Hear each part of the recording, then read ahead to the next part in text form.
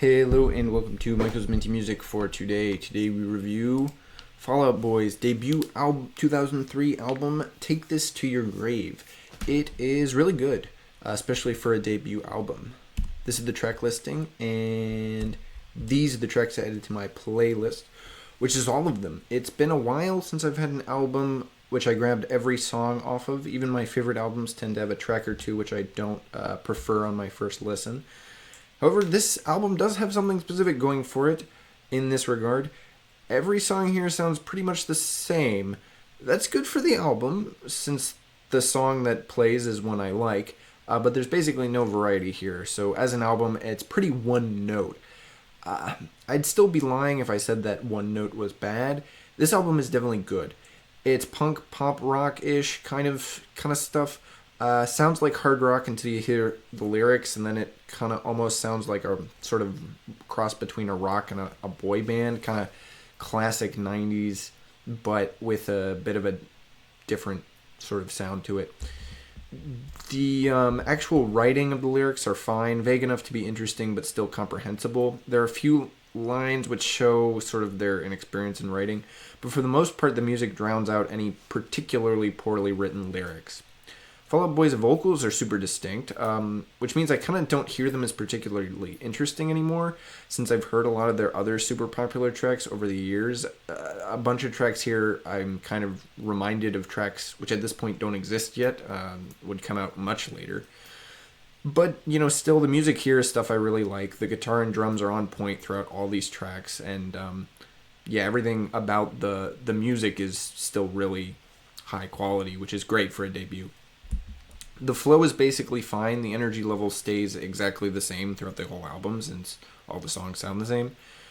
But since it's pretty high energy, that means the opening track is a pretty good opener, but the closing track isn't an especially good closer. It's kind of just a straight line. There's not a lot of, there's no variety, and there's not a lot of texture here, but that doesn't mean it's bad. It just means it's potentially not as interesting.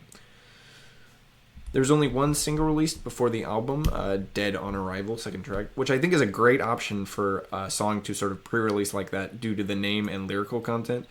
Although it's still a pretty good song, it makes sense that they released it like that. That one, Dead on Arrival, and Grand Theft Autumn / Where Is Your Boy, I think were the bigger hits here, although they didn't really stick around on the popular radio. My favorite song here, though, probably fifth track, Homesick at Space Camp, although the songs here are all similar enough to that pretty much any of them could have been my favorite here. Homesick just has the sort of best opening guitar riff in my opinion, and I kind of prefer it to a lot of the other ones. It doesn't get quite as sort of samey as some of the other ones, like Chicago is So 2 Years Ago is very sort of samey. As the first Fall Out Boy album I've officially reviewed, it takes the only spot on the rankings, which it could keep long term. I wouldn't be completely surprised if they never hit this level of consistency again, but I would also think that they'd improve from here. This is a great debut, but I would expect some variety and a slight increase in quality for future albums.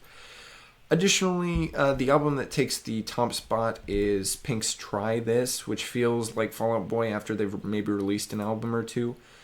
With Try This, the hard rock core is still there, but it's kind of tempered by a variety of additional sounds and genres, along with the experience of two previous albums. So it's a lot more interesting. While Take This to Your Grave is kind of a one-note good album, Try This is much better. So definitely my preferred album for the year. Thank you for watching. Next up is the Portal 1 soundtrack. It never got an official cover or kind of an official release as an individual album, so this is the cover for the collector's edition of the Portal 2 soundtrack, which is a different cover than the base Portal 2 soundtrack. The only addition on the collector's edition is the Portal 1 soundtrack, so there you go.